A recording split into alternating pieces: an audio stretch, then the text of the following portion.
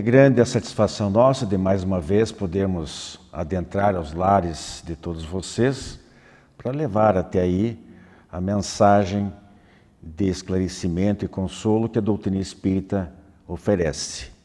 E hoje nós temos um motivo a mais para essa satisfação, pois estamos estreando um quadro novo. Trata-se do Comentando a Notícia, espaço no qual nós abordaremos os mais diversos assuntos baseados sempre nos acontecimentos do dia a dia, tanto em âmbito local, como estadual, nacional e internacional. Tudo aquilo com que se puder estabelecer uma conexão com o Espiritismo poderá servir de tema para as nossas análises aqui no Diálogo Espírita. Hoje, por exemplo, nós comentaremos sobre as ocorrências climáticas que têm assolado o sul do Brasil nestes últimos meses. O que representam estes flagelos naturais que tanto sofrimento causam às pessoas? Prejuízos materiais imensos, tanto para os indivíduos, para as famílias, como para a sociedade como um todo. E além dos prejuízos materiais, muitas vezes também causando óbitos. E para quê? Por quê? Temos hoje também o quadro Reflexões de A a Z, com os tópicos bondade, culpa e celeiros. Então passemos agora à estreia do Comentando a Notícia.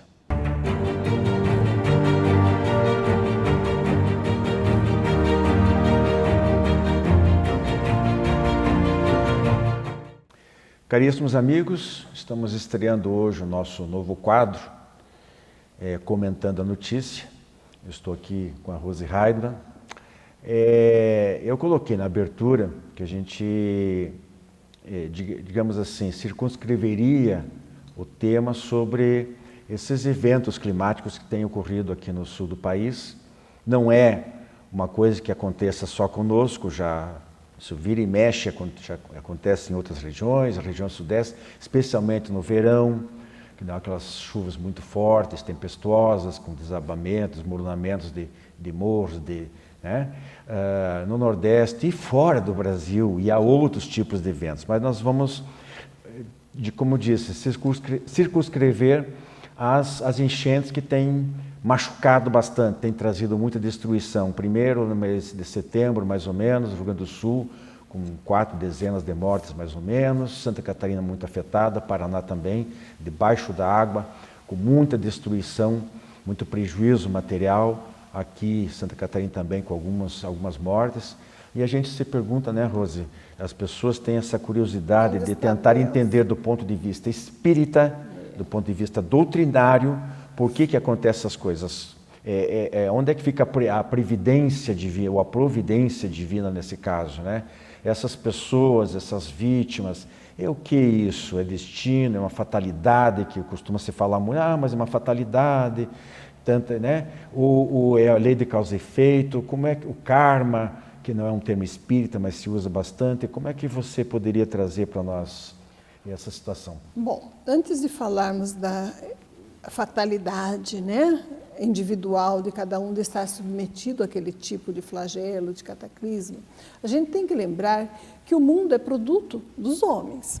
Nós temos fenômenos climáticos gerais que são oriundos da providência divina da própria natureza, como El Niño, né, que aquece o Oceano Pacífico e que provoca enchentes periodicamente, o que já se era de esperar. Elas são, entretanto, excessivas. O que a gente nota da ação humana, segundo dizem os espíritos, da imprevidência humana, que pode agravar essa situação? Nós temos recentemente um aquecimento das águas do Atlântico Norte. Isso não é normal, isso é provocado pelo efeito estufa, isso é provocado pela imprevidência humana, pelo aquecimento global. Até as guerras, os acontecimentos recentes estão provocando uma aceleração de busca de soluções mais verdes que talvez, né, auxiliem a humanidade a deter esse aquecimento global. O que nós temos ainda, especificamente na região sul? Nós temos construções até as margens dos rios. O que é que o nosso Código Florestal fala? O que é que a ciência indica? Um rio de 30 metros mata ciliares de pelo menos 100 metros ao seu derredor. Essa seria a indicação científica. A humanidade já sabe disso, mas construiu à beira dos rios, é levado pela enchente e constrói de novo, porque a população não tem outra solução, até por falta de recursos. É preciso, em primeiro lugar, que os cientistas se reúnam, que as universidades orientem, né?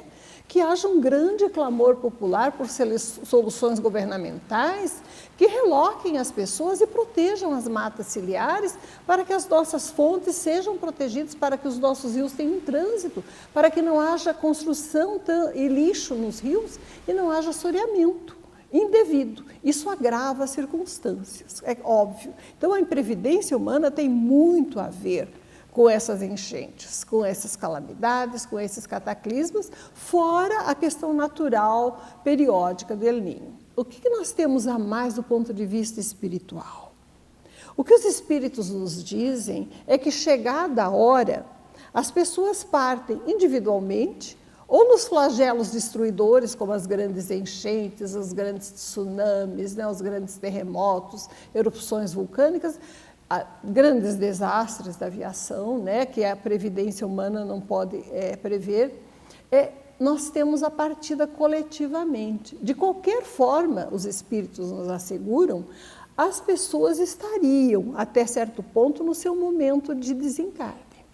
Se a pessoa não estiver no seu momento de desencarne, acredito eu, e os espíritos nos dizem, tudo o que é possível é feito para que a sua vida seja preservada.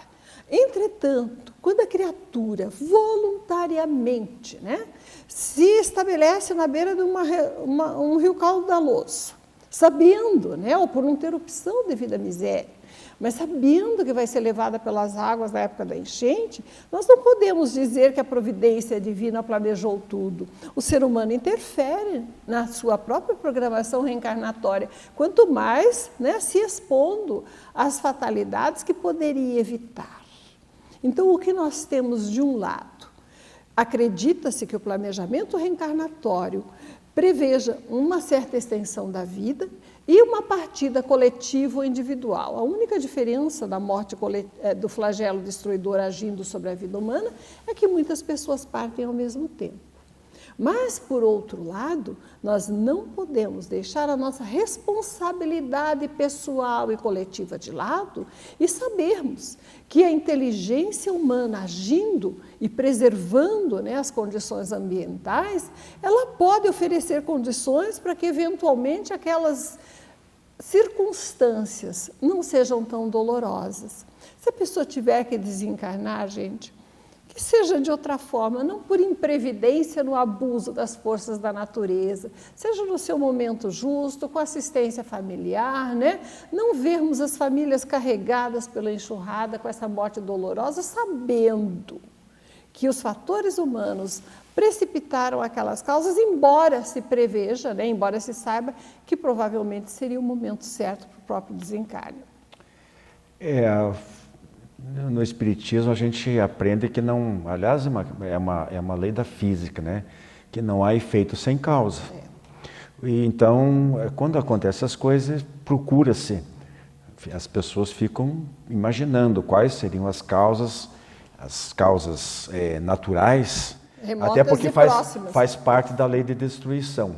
A natureza precisa se reciclar. Né? Então, essas coisas acontecem porque o nosso orbe é formado aí, as erupções vulcânicas, por exemplo, dão mostras de como ainda há uma violência da natureza, no nosso orbe. Mas o que acontece é o seguinte, para nós espíritas, Rose, não sei se concorda, que às vezes o nosso raciocínio dessa história de dizer que não há efeito sem causa, nós temos a mania de procurar... Achar que tudo é fatal. Não, de procurar as causas sempre no passado, em vidas passadas. E às vezes é a imprevidência atual. É a causa de agora. Claro. Quando você diz que a pessoa ocupa uma área de risco para morar, e a gente sabe que tem que entender também que muitas vezes é porque esses lugares de mais risco, é mais barato, a pessoa não tem, ou ela invade, né, simplesmente ela toma posse, vai morar ali porque não tem outro lugar. mas é por uma necessidade, ela não tem recursos financeiros para morar num lugar melhor. Precisa daí uma política governamental. Exatamente, então são várias coisas entrelaçadas. Mas a partir do momento que, pelo seu livre-arbítrio, ela resolve colocar a sua família toda em risco ali, nós estamos falando de local de risco, área de risco, ela está sujeita a sofrer todas as consequências. Então, não necessariamente tem uma causa? Tem uma causa, mas a causa não está necessariamente numa vida passada. Ela pode até ter o seu ingrediente também, mas grande parte é por problema de hoje, do presente. O desencarne até poderia estar previsto naquela época, mas não precisaria ser dessa forma. Exato. E ser desalojado, né? Passar pela privação extrema, né, de perder tudo, talvez fosse evitável. Com mais previdência, um programa amplo de atendimento e o respeito à natureza. O que nós podemos fazer? O que nós temos que fazer? Em primeiro lugar, nos mobilizarmos como sociedade em defesa de soluções que preservem o nosso meio ambiente, que retardem esse aquecimento global, ainda que soluções custosas. Em segundo lugar, evitar realojar as pessoas nas mesmas regiões que são periodicamente inundadas, porque isso é um convite insensato ao desastre e que poderia ser evitado. Chegada a hora do desencarne, se a pessoa tiver que partir, ela cai no banheiro, bate a cabeça e desencarna, ou morre dormindo. Mas não é preciso que nós colaboremos para isso com a nossa omissão ou a nossa estupidez ou desrespeito à natureza. Então é isso, meus irmãos. Esperamos que vocês tenham apreciado o nosso novo quadro. Ele não tem digamos, uma regularidade. A gente vai escolher os fatos do dia a dia que interessam, que tem alguma conexão com o Espiritismo. Então, talvez uma semana sim, na outra não, mas a gente volta oportunamente para falar sobre temas que interessam, sejam de interesse geral. Grande abraço. Jornal Comunicação Espírita. Matéria de capa desta edição: a reencarnação sob diversos aspectos. Editorial: O Lado da Luz. Em Trocando em Miúdos: Educação, Oração e Mudanças, aforismos que enriquecem a alma. E ainda uma abordagem especial sobre as doenças mentais à luz da doutrina espírita. Jornal Comunicação Espírita. Assine e recomende. Você conhece o Clube do Livro Espírita de Curitiba? Com ele, você tem descontos de até 60% no preço de capa. E a cada 2 meses, recebe 1 ou mais livros em seu endereço. Associe-se e tenha o melhor da literatura espírita em sua casa e ainda ganhe uma assinatura do jornal Comunicação Espírita durante o período de 1 ano.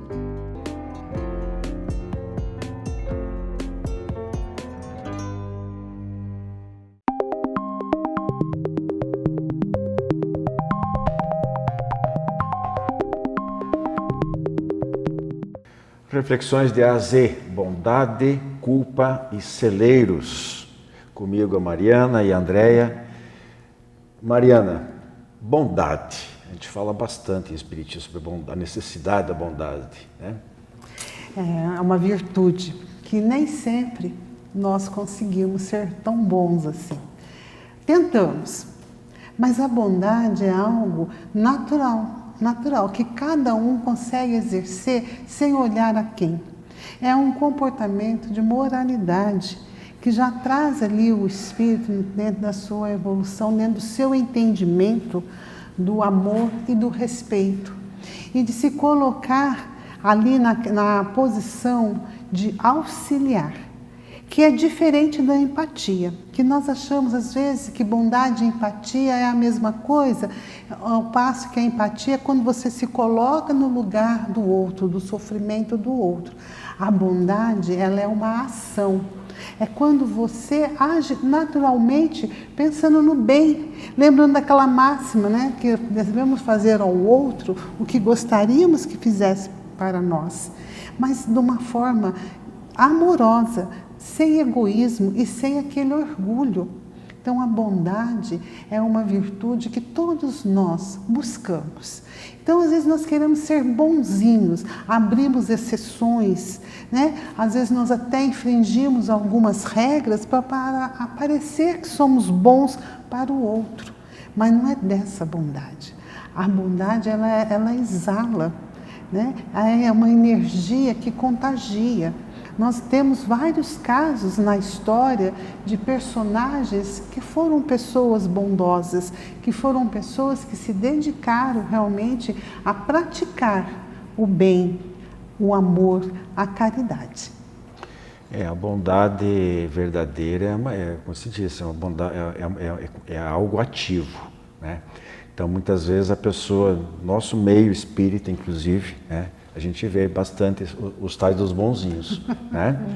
Na frente e tal, não, para não magoar, não criar constrangimento, melindre, então não vou falar, fica em cima do muro, não toma posição, e às vezes precisa tomar posição, né? A bondade, ela não se confunde com a complacência, né? Conveniências, né? Exatamente. Então, nós temos que diferenciar isso aí. A bondade é uma coisa espontânea, deve ser do nosso dia a dia. Entretanto, tem horas que nós temos que nos posicionar realmente, como Jesus dizia, seja o seu sim, sim e o seu não, não. Não tem nada a ver uma coisa com a outra, né? Se as pessoas tiverem um pouquinho de discernimento, ela vai saber separar as coisas. Com os filhos, normalmente pai e mãe, principalmente mãe, né, tem aquele sentimento extremado de amor pelos filhos, e consequentemente em tudo que ela faz em relação a esse filho, ela age com bondade, uma bondade extrema, capaz de muitas coisas. Entretanto, ela não pode abrir mão da disciplina, de educar, porque a bondade, ela passa exatamente visando não só o presente, mas o futuro também. Então, às vezes, aquele momento de dizer um não, ele é uma atitude de bondade também, porque está prevendo que se ela disser sim, quando deveria dizer não, lá na frente vai fazer falta. Com certeza. Né? Então, temos que ficar bem atentos sobre isso aí. Culpa. Sentimento de culpa é bom ou é ruim? Culpa é ruim, eu acho, né? Eu acho. Sentir culpa. Na verdade, a culpa não é um sentimento bom, ele é um sentimento que pode trazer algumas complicações para aquela pessoa que sente, inclusive adoecimentos, não é? A gente brincava anteriormente que a culpa ia ficar comigo, né?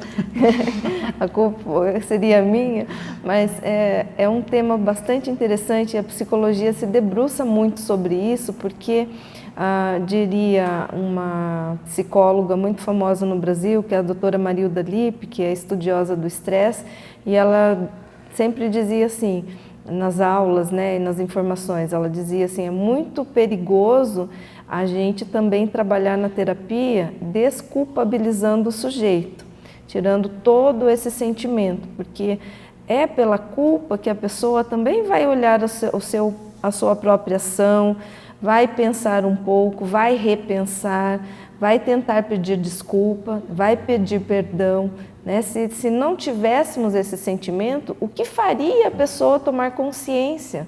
E eu concordo muito com essa pesquisadora. Ela é estudiosa do estresse, mas acaba estudando muito a culpa também. E quando a gente está pensando nesse sentimento, nós temos que avaliar as nossas ações, né? Por que eu estou me sentindo culpado e como eu posso reparar, né, isso que eu acabei fazendo? Como é que eu posso pedir esse auxílio para alguém ou para a comunidade ou na minha família mesmo, e para que eu possa me auxiliar, me ajudar e então não errar tanto, não cometer aqueles mesmos erros que geram culpa. O Divaldo, ele psicografou um livro bem interessante sobre transtornos mentais, e a Sueli Calda Schubert também, que fala sobre os transtornos mentais. E quase todos os transtornos graves mentais têm no seu cerne a culpa, né? Então, aquele espírito pode reencarnar trazendo a culpa de uma vida passada. E aqui, por não saber lidar com esse sentimento, acaba desenvolvendo algum transtorno, e alguns de ordem mais graves e que precisam acompanhamento, medicação enfim, a culpa tem os seus desdobramentos. A culpa, o indivíduo ele não pode ficar estagnado só na culpa. Né? Ele tem que reconhecer, descobrir o motivo da culpa, às vezes é inconsciente, né? É difícil, aí precisa necessariamente da ajuda externa, né? Terapia e tal, para tentar contornar. Nem todo terapeuta vai ter a visão espírita, então tem uns pormenores aí para equacionar essa problemática. Mas se o indivíduo ficar só, como eu disse, amarrado à culpa, ele não vai a lugar nenhum. A culpa serve para isso que ela disse, para provocar um despertamento. Opa, mas se for dessa vida é mais tranquilo. Ela vai saber por que ela tem aquilo. Não, eu fiz mal a alguém, ofendi, agredi verbalmente ou não, fisicamente até, né? Prejudiquei nos negócios, enfim, qualquer coisa. Ela sabe no fundo que ela errou. Se ela ficar apenas nessa lamentação de que, puxa, eu errei, não, ela tem que sair e tentar. Por isso que lá no Evangelho segundo o Espiritismo fala nos 3 estágios, que é o arrependimento, a expiação e a reparação. Ainda que não se possa reparar com o mesmo indivíduo, mas se faça a terceira, então uma espécie de compensação contábil, digamos assim. Né? Mas para o próprio bem-estar dela, para ela se livrar da culpa, só tem um jeito. Ela tem que remediar esse problema que ela criou, ela mesma criou. Né? Não tem outra solução, não é isso? Sair da vitimização, né? Então, o que nós às vezes vemos muitas pessoas, ela fez algo, ela não assume a sua responsabilidade, ainda se coloca como vítima. Né? E ainda tem, às vezes, ela encontra pessoas que solidarizam com aquela situação de vítima e ela fica estagnada, ela não dá o passo seguinte, que é o reconhecimento, a reparação. Né? Então, nós precisamos sempre estar refletindo muito o nosso comportamento, o nosso fazer. É como nós falamos, né? Que dentro da doutrina traz, é se autoconhecer, é mergulhar no seu interior e buscar a nossa essência. É difícil fazer isso? Não é fácil. Precisamos muitas vezes de ajudas de profissionais que vai mostrar a nós ali caminhos que podemos fazer as opções e modificarmos. Essa passa, a gente poderia falar aí numa espécie de estética da alma, né, Andréia? Através do autoconhecimento, é aquele olhar no espelho, né, em relação a nós mesmos. E aí ver o que está feio em nós, né? No nosso caráter, na nossa conduta diária, em relação às outras pessoas, em relação a nós mesmos. E então nós vamos procurar melhorar aquilo que está enfeiando a nossa existência, né? Às vezes contaminando outras pessoas ou servindo de alvo às críticas das outras pessoas, e nós, às vezes, por orgulho também não queremos aceitar. Então vejo que é uma série de coisas que estão imbricadas ali. Né? Preciso ter vontade, não pode haver acomodação em relação a isso aí. Bem, eu vou começar agora com a Andréia para a gente ver o terceiro item, que é celeiros. Por que celeiros? O que celeiros tem a ver com o espiritismo, Andréia?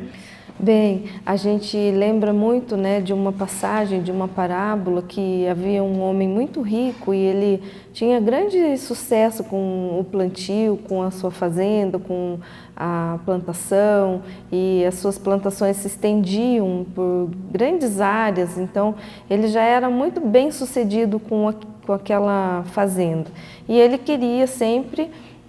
se preocupava muito, né, em como acomodar esses grãos que ele plantava e colhia em um celeiro. Então, ele sempre ficava preocupado e ia em busca disso. Então, ele foi aumentando esse celeiro, construiu um celeiro gigantesco e pôde pensar, bom, agora que eu tenho esse celeiro enorme, eu posso cuidar e vou armazenar tudo que eu tenho e não ficarei mais preocupado e poderei agora só me preocupar com a exportação disso, né? E em nenhum momento ele elevou o pensamento a Deus, agradeceu por aquele benefício que ele tinha naquela vida, né? Não auxiliava o próximo, não ajudava, né? E naquela noite que ele não orou, não agradeceu, não vinha fazendo esse reconhecimento que não temos nada nessa vida que seja de fato nosso, porque no momento que precisarmos, Deus vai fazer valer, né, a sua vontade, que seja feita a sua vontade. Bem, ele morre, né? E a moral dessa parábola é justamente essa, né? Que a gente não olhe apenas para aquilo que é de material, que a gente agradeça a Deus, que a gente consiga, então, despertar essa gratidão e a gente consiga entender que é a vontade do Pai que prevalece, não a nossa. Mariana, quer complementar? E tem aquela passagem, né, que nós não devemos, né, juntar tesouros na terra. E o celeiro também, né, tem o livro lá, Brasil, Pátria, né, Coração do Mundo, Pátria do Evangelho, né, que vai trazer para nós, né, ali é afirmado que o Brasil será o celeiro do mundo. Mas qual o celeiro que ele está falando ali, né?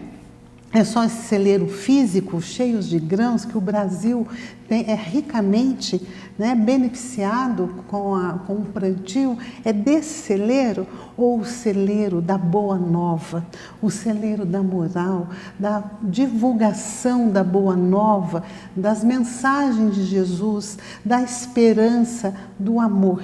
Então, o celeiro. O Brasil é o celeiro do mundo, né? O que isso nos remete? O que nos chama a atenção? É a nossa responsabilidade diante do mundo, diante do outro, na divulgação da doutrina espírita, na divulgação dos ensinamentos do Mestre. Pois em relação à produção agrícola para matar a fome do mundo, o Brasil já está sendo, né? Eu não sei bem a percentual, esses dias eu ouvi falar aí que não sei se 20%, 25%, 30% do que se consome no mundo é produzido aqui dentro. Porque o Brasil é um país muito extenso, né? E tem a vanguarda no desenvolvimento de muitas técnicas agrícolas, né? Vem aumentando ano a ano a produção da safra e tudo. E o lado espiritual disso aí que você citou é um pouquinho mais difícil. Tudo bem, nós temos aqui a convivência interreligiosa, todas as religiões, de todas as etnias. Se fala muito isso que há muito racismo, que não sei o que, mas há alguns lugares que a situação é muito pior, né? Não vamos entrar nessa discussão, mas o fato é que, assim, a doutrina espírita é um percentual muito baixo da população. Não que a gente seja melhor do que os outros, não há exclusividade. Talvez esse ecumenismo, né, essa possibilidade de um entendimento mais amplo entre todas as religiões, cada uma contribuindo com as suas parcelas de caridade, ação social, não só a parte doutrinária, filosófica, religiosa propriamente dita. A gente possa levantar esse país. A gente espera que sim. Nós estamos tentando as pessoas de bem se posicionar de maneira clara, né, objetiva, de não ficar em cima do muro e de ser participativa na construção de um Brasil melhor. Muita paz a todos. A Associação de Divulgadores do Espiritismo do Paraná precisa de você para manter no ar este programa. Faça contato pelo e-mail adpr@adpr.org.br ou pelo WhatsApp 41 98 777 2201 e obtenha mais detalhes. Além de doações avulsas, você pode colaborar veiculando anúncios publicitários como forma de apoio cultural. Divulgue o seu produto ou serviço para toda a região metropolitana de Curitiba, com alcance nacional pelo nosso canal no YouTube. Os valores dos anúncios são incríveis, muito abaixo dos praticados no mercado. Informe-se. Ajude você também a fazer o diálogo espírita cada vez melhor.